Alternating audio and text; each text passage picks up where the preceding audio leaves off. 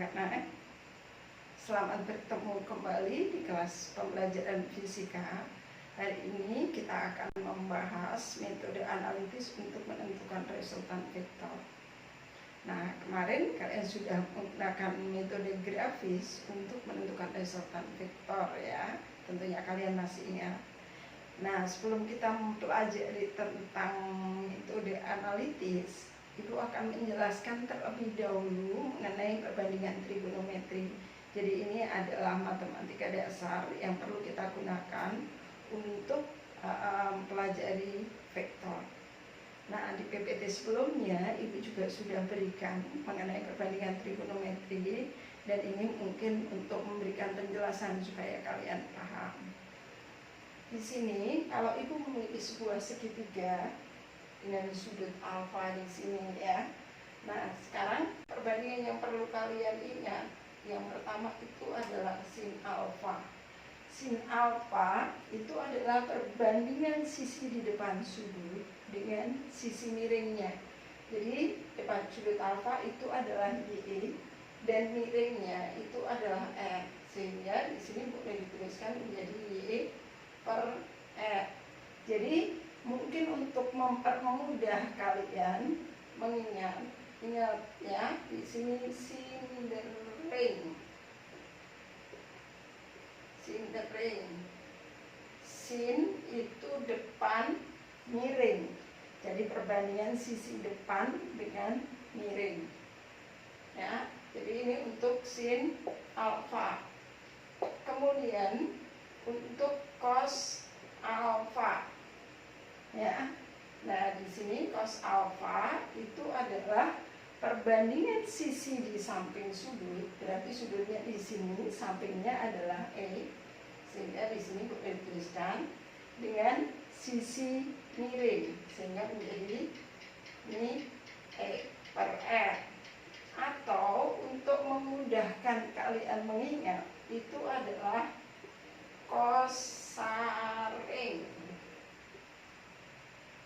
Cos itu samping miring. Jadi cos itu perbandingan sisi di samping sudut dengan sisi miring. Nah, kemudian yang ketiga itu adalah tan alfa atau tangen alfa.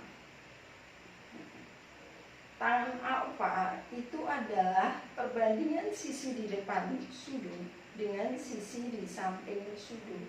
Sehingga depan sudut itu adalah YE dan samping sudutnya adalah E. Sehingga di sini boleh dituliskan menjadi YE per E. Atau untuk mempermudah kalian bisa menggunakan kalau tan deping. Tangan itu depan samping. Nah, di sini perbandingan trigonometri ini nanti itu akan kita pakai untuk menentukan sudut-sudut istimewa yang biasa digunakan di dalam vektor. Nah, di sini saya sudah menggambarkan segitiga siku-siku ya. Nah, kalau segitiga siku-siku berarti kalau misalkan ini sisinya sama, berarti sudutnya di sini pasti akan sama.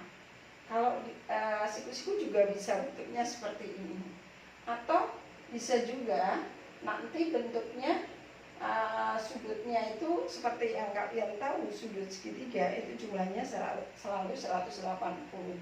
Bisa saja nanti bentuknya misalkan seperti ini. Di sini siku-siku, kalau di sini 37 derajat, maka di sini 53 derajat. Nah, bisa saja seperti itu. Nah, nanti kalian bisa menentukan sudut istimewa ini. Nah, di sini kalau ini 45, ini 45, berarti ini sama sisi. Kalau ini 1, ini 1, maka di sini bisa kita tentukan nilainya adalah akar 2. Sehingga kalau yang ini sudutnya 60, maka kalau kita tentukan sisinya di sini 1, di sini sini ini pasti 2 ya. Jadi ingat saja nanti supaya kamu bisa menentukan sudut istimewa, ingat segitiga siku-siku itu bentuknya seperti ini. Sudutnya ini 45 45 atau 60 30 atau 37 53. Nah, di sini untuk 37 biasanya di fisika itu ditambahkan, ini termasuk sudut istimewa juga. Jadi kamu ingat kalau di sini ini saya terbalik ya, terlihat sisinya lebih. Ini harusnya di sini yang 37 nih. Ini 37, kemudian ini yang 53 derajat. Nanti takutnya kalian salah gambar ya. Sehingga kalau seperti ini, di sini perbandingannya adalah ini 0,6, ini 0,8, atau ini 6, ini 8, ini 10 ya, atau gini saja untuk memudahkan. Ini 3, ini 4, berarti di sini 5. Sehingga dari sini nanti kalian bisa menentukan sudut istimewanya. Sekarang misalkan kita contohkan, nih misalkan 30. Sekarang kita tentukan sin 30 derajat. Itu berarti sin tadi itu adalah perbandingan sisi di depan sudut. Berarti depan sudutnya ini ya. Depan sudutnya adalah 1. Kemudian dibanding dengan sisi miringnya. Sisi miringnya adalah 2. Sehingga sin 30 itu sama dengan setengah. Nah, sekarang kalau misalkan kita mau mencari cosnya, cos 30. Cos 30 berarti cos itu adalah cos saring, samping miring. Sampingnya, panjang sisinya adalah akar 3. Sehingga akar 3 dan miringnya itu adalah 2. Sehingga boleh dituliskan jadi akar 3/2, atau biasanya ditulis setengah akar 3. Seperti ini cara menentukannya ya. Dan di PPT Ibu sudah ada tabel sudut-sudut istimewa ya. Nah, misalkan seperti yang di sini sekarang sudutnya 37 derajat. Sekarang kalau misalkan sin 37 derajat, sin itu perbandingan sisi depan, berarti depannya adalah 3, miringnya adalah 5. Sehingga boleh dituliskan 0,6. Jadi nanti kalau kalian bisa, misalkan sudah ditentukan sinus alfanya, kalian juga bisa menentukan cos alfanya ya. Sin alfa itu kan perbandingan sisi depan dan miring. Berarti samping sudutnya bisa kamu cari karena segitiganya ada segitiga siku-siku. Ini untuk perbandingan trigonometri yang harus Anda kuasai ya. Jadi nanti bagaimana menentukan sudut istimewa kalian sudah harus tahu. Berikutnya kita akan mempelajari tentang metode analitis. Setelah kalian paham menggunakan perbandingan trigonometri, kita akan menggunakan metode analitis untuk menentukan resultan vektor. Nah, misalkan saya memiliki 2 buah vektor A dan B yang mengapit sudut θ. Nah, untuk menentukan resultannya kita bisa menggunakan rumus kosinus. Jadi kalau ini saya gambarkan, besar resultannya itu adalah ini. Anggap saja ini lurus ya. Ini adalah nilai resultannya. Nah, nilai resultannya itu bisa kita tentukan dengan rumus kosinus ya. Ini nilainya ya. itu akan sama dengan akar dari A kuadrat ditambah B kuadrat ditambah 2AB cos theta. Ini adalah besar resultan vektor, ya. Jadi kalau seperti ini, misalkan kalian diminta untuk menentukan resultannya, bisa ditentukan dengan cara seperti ini. Nah, kemudian untuk menentukan arahnya, ya. Jadi kalau misalkan kamu diminta untuk menentukan kemana arah resultan vektor, karena vektor itu selain memiliki besar juga memiliki arah. Jadi kalau saya pindahkan ke sini gambarnya, maka gambarnya akan menjadi seperti ini. Ini adalah B, kemudian itu tadi itu adalah R-nya, dan ini itu adalah, maaf ini enggak lurus ya, ini adalah A-nya. Kan A-nya kalau saya pindahkan ini sama ya, sehingga ini adalah A-nya. Nah, kalau di sini tadi theta, misalkan ini saya beri alfa, ya. Nah, di sini untuk menentukan berapa alfanya, arah vektornya, maka kita harus mencari nilai alfanya, ya. Sehingga kita bisa menggunakan perbandingan sinus, ya. Di sini A dan B sudah diketahui, berarti tinggal kamu lihat di sini A per sinus alfa itu akan sama dengan, kalau misalkan di sini ya, ini misalkan saya beri gamma di sini, dan di sini misalkan saya beri beta. Nah, di sini lihat kalau A itu sudutnya yang berhadapan adalah alfa, kemudian ini beta dengan B, sehingga di sini B per sin beta sama dengan, kemudian R berarti R per sin gamma, seperti ini.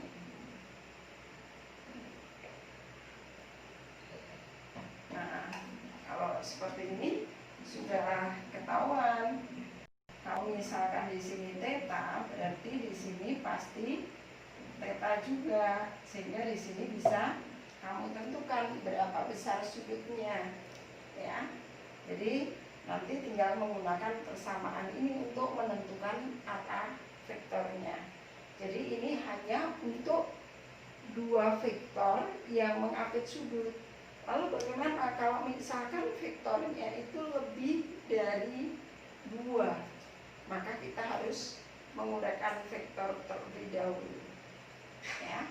Jadi di sini nanti bisa kamu pahami, contoh soalnya sudah Ibu share di PPT kalian, ya.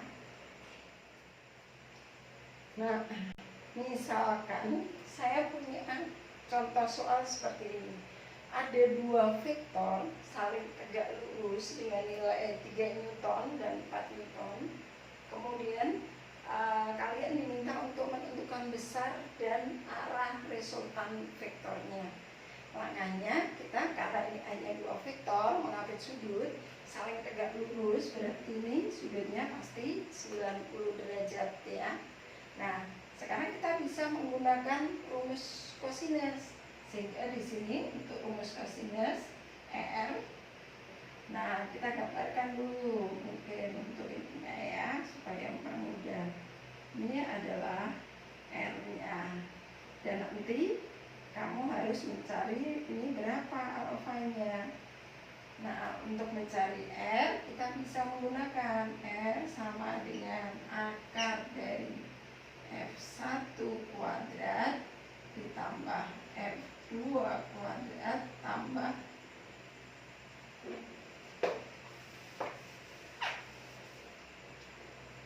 2F1 F2 cos 90 derajat. Kenapa cos 90 derajat? Karena ini saling tegak lurus.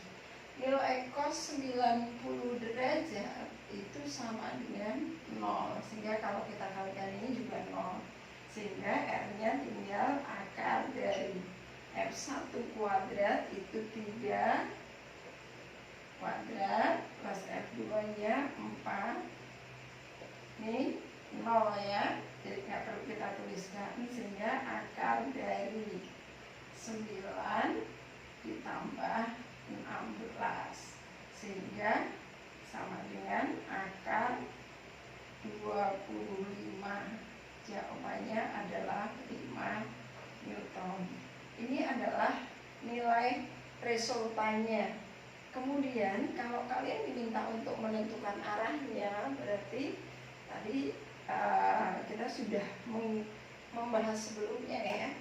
Kalau misalkan di sini ini adalah besar F2, maka ini akan sama dengan ini sehingga besar F1. Sementara yang sudah kita ketahui adalah R-nya. Sudut yang sudah kita ketahui adalah di sini nih. Ya, gamanya. Berarti gamanya itu sama dengan 90 derajat. Yang ingin kita cari adalah alfanya. Maka kita bisa menggunakan perbandingan sinus tadi ya. Berarti boleh kita tuliskan menjadi yang ingin kita cari alfa, berarti di sini adalah F1. Sehingga F1 banding sin alfa itu akan sama dengan yang sudah ketahuan adalah gamma, berarti R per sin gamma. Nah, dari sini tinggal kita masukkan F1 nilainya adalah 3. Kemudian sin alfa itu yang masih kita cari. Sin alfa sama dengan R-nya kita dapatkan 5. Kemudian gamanya adalah sin 90 derajat. Sin 90 derajat itu 1 ya. Sehingga bisa kita dapatkan menjadi 3 per sin alfa sama dengan 5 per 1. Sehingga dari sini sin alfa sama dengan ini 3 per 5. Sehingga alfanya akan sama dengan R cos sin 3 per 5. Nah, R cos sin 3 per 5 itu kalau kita cari pakai kalkulator kurang lebih itu adalah 37 derajat ya. Jadi besar resultannya itu adalah 5 Newton dengan arah 37 derajat. Jadi di sini 37 derajat alfanya. Ini untuk menentukan resultan dua vektor yang mengapit sudut. Lalu bagaimana jika vektornya itu lebih dari 2 ya? Tentunya akan ribet kalau kita gunakan ini.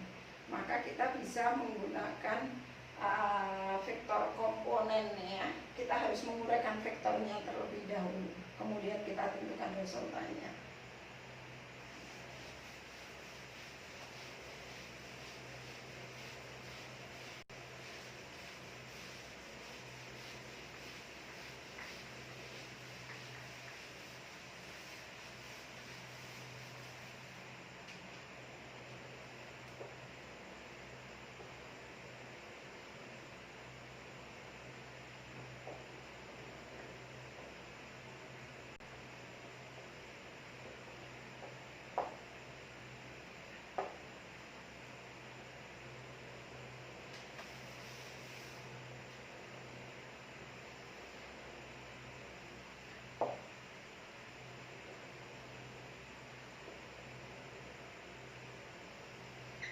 Misalkan kita punya vektor F yang memiliki arah alfa seperti ini.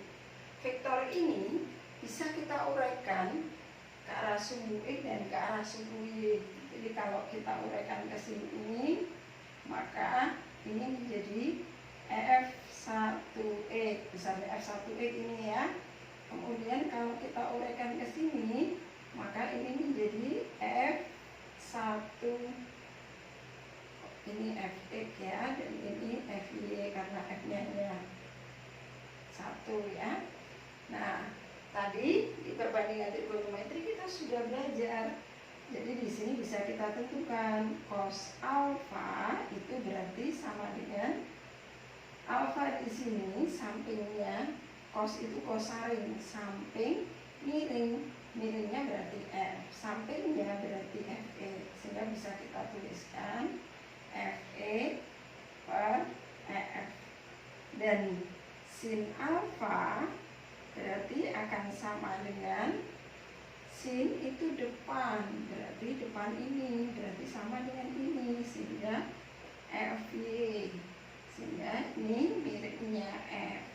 Nah, dari sini ini bisa kita tuliskan menjadi Fe itu sama dengan F cos alfa, dan ini Fy itu bisa menjadi F sin alfa ya. Jadi ini kalau alfanya itu adalah sudut antara vektor dengan sumbu X, sehingga Fx akan sama dengan F cos alfa ya. Tapi nanti kalau sudutnya misalkan yang diketahui di sini itu akan berbeda lagi ya. Tapi mungkin lebih mudah untuk mengingat selalu gunakan sudutnya itu terhadap sumbu X ya. Jadi ini nilai Fx dan Fy-nya. Ini adalah langkah menguraikan vektor ya, dari sebuah vektor menjadi vektor komponennya. Jadi nanti kamu juga harus bisa menentukan berapa besar vektornya jika diketahui vektor komponennya atau Fx dan Fy-nya. Kamu suruh cari F-nya, harus bisa. Nah, sekarang misalkan untuk contoh soal nih, contoh soal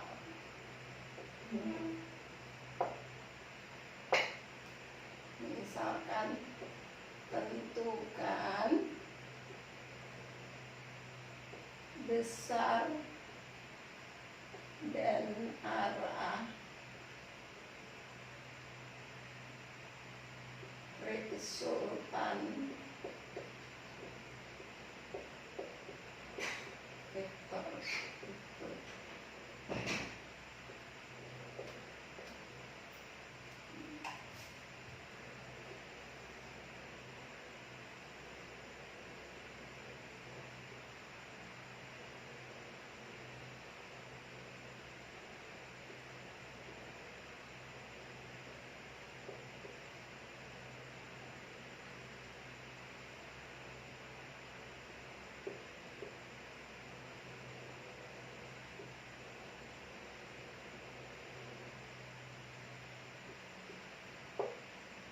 Misalkan ada vektor seperti ini dan kamu diminta untuk menentukan resultannya ya. Jadi ini ada 3 vektor. Maka langkahnya seperti yang Ibu jelaskan tadi, kalian harus menguraikan vektornya ini. Misalkan untuk mempermudah kita anggap ini sebagai F1, ini sebagai F2, dan misalkan ini sebagai F3. Nah, sekarang kita bisa pindahkan ya gambarnya ini. Ibu akan hapus.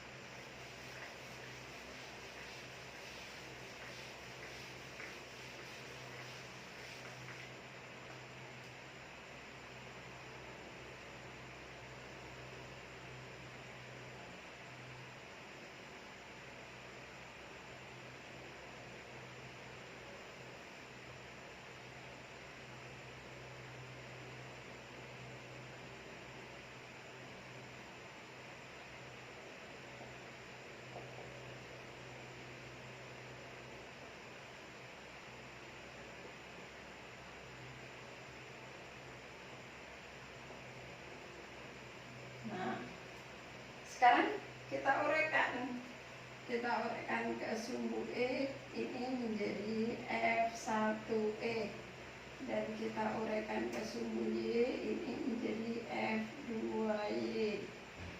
Ini kita uraikan, ini F1 ya, maaf. Ini kita uraikan menjadi F2Y.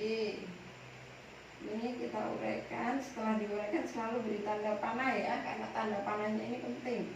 Sehingga ini F2E. F3 tidak perlu kita uraikan karena sudah ada di sumbu Y.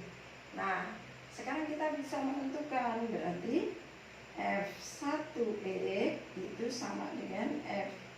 Ini sudutnya kita pindahkan. F1E berarti sama dengan F1 cos 30, sehingga F1 nya 4 cos 30 itu adalah setengah akar 3.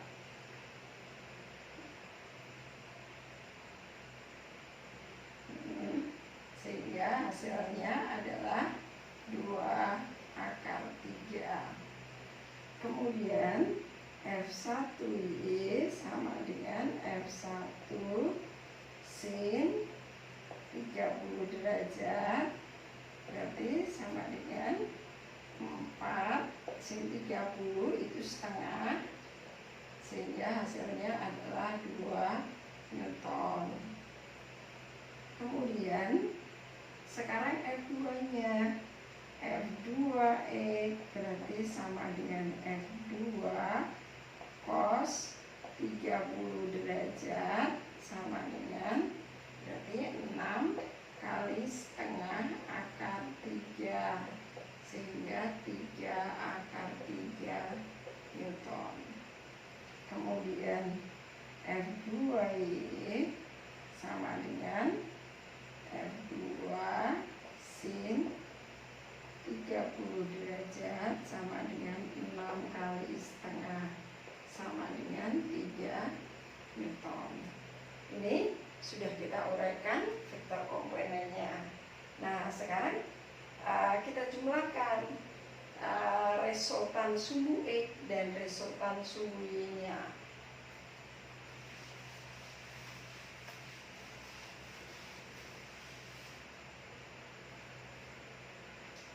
Sigma Fe. Sigma Fe itu artinya jumlah gaya pada sumbu E. Sehingga kita bisa tentukan, lihat sumbu E. Yang ini panahnya ke kanan, ini panahnya ke kiri. Kalau ke kanan positif, kalau ke kiri negatif. Sehingga di sini F1E min F2E. Sehingga nilainya F1E tadi 2 akar 3 dikurang F2E nya adalah 3 akar 3. Sehingga hasilnya dari sini itu adalah min akar 3 Newton. Tanda min itu menunjukkan bahwa di sumbu E itu arah resultannya ke kiri.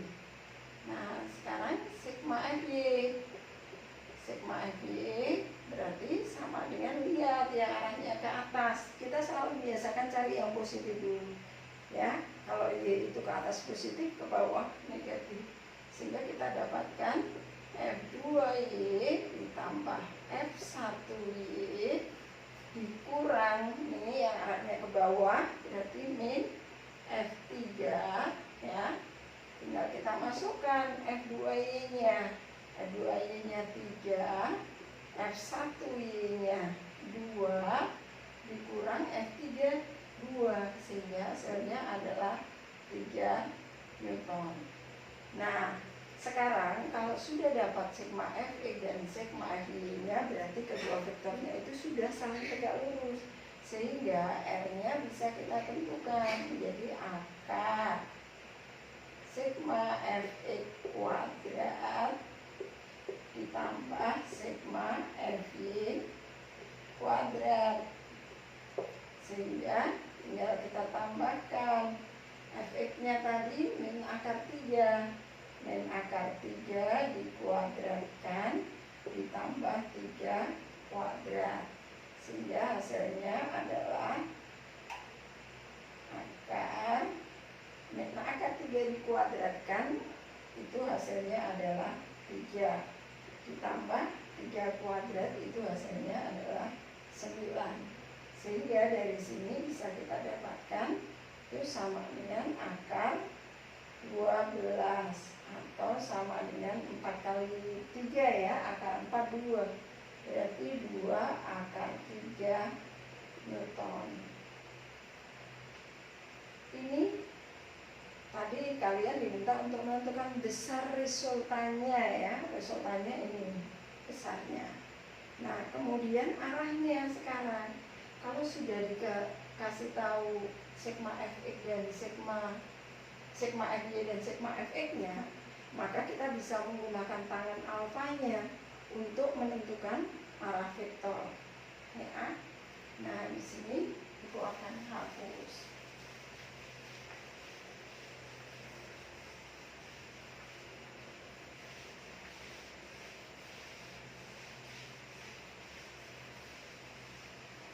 Sehingga ini arah vektor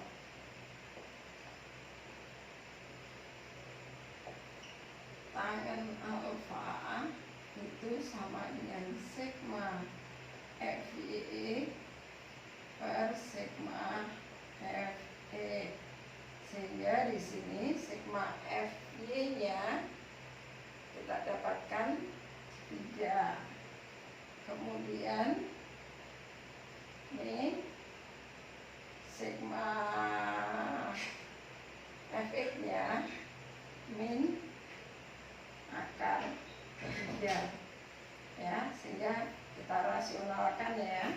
Di sini akar 3 per akar 3, sehingga jawabannya adalah ini min, ini akar 3 kali akar 3 3, sehingga ini hasilnya adalah min 1 atau min akar 3. Nah untuk mencari alfanya, maka arkes tangan min akar 3 ya. Jadi arkes tangan akar 3 itu adalah 60 ya. Kalau di sini min akar 3, lihat sebenarnya ini ada di kuadrat keberapa? Lihat di sini y-nya positif, x-nya negatif. Jadi kalau di pembagian kuadran, ini kuadran 1, ini kuadran 2, ini kuadran 3, ini kuadran 4. Jadi kalau kita lihat ini adalah y-nya positif, x-nya negatif, berarti ada di kuadran kedua ya. Di sini alfanya itu kalau kita gambarkan berarti di sini menjadi seperti ini. Akar 3 itu tadi 60 ya, tapi ini negatif, berarti di sini ini seperti ini 60 derajat. Berarti sudutnya itu adalah ini ya.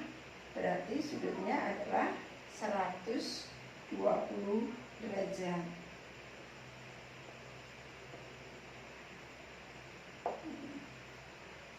Ini pembahasan untuk penyelesaian resultan vektor dengan metode analitis. Jadi tadi bisa menggunakan rumus kosinus, juga dengan bisa menggunakan kalian menggunakan vektor komponen ya, sehingga nanti langkahnya akan lebih mudah. Jadi silakan dipahami. Ibu sudah memberikan contoh-contoh soalnya juga di PPT. Mungkin dengan video ini akan membantu kalian untuk pemahaman. Saya kira itu penjelasan Ibu. Sampai ketemu di pembelajaran minggu depan, dan tetap semangat anak-anak. Terima kasih.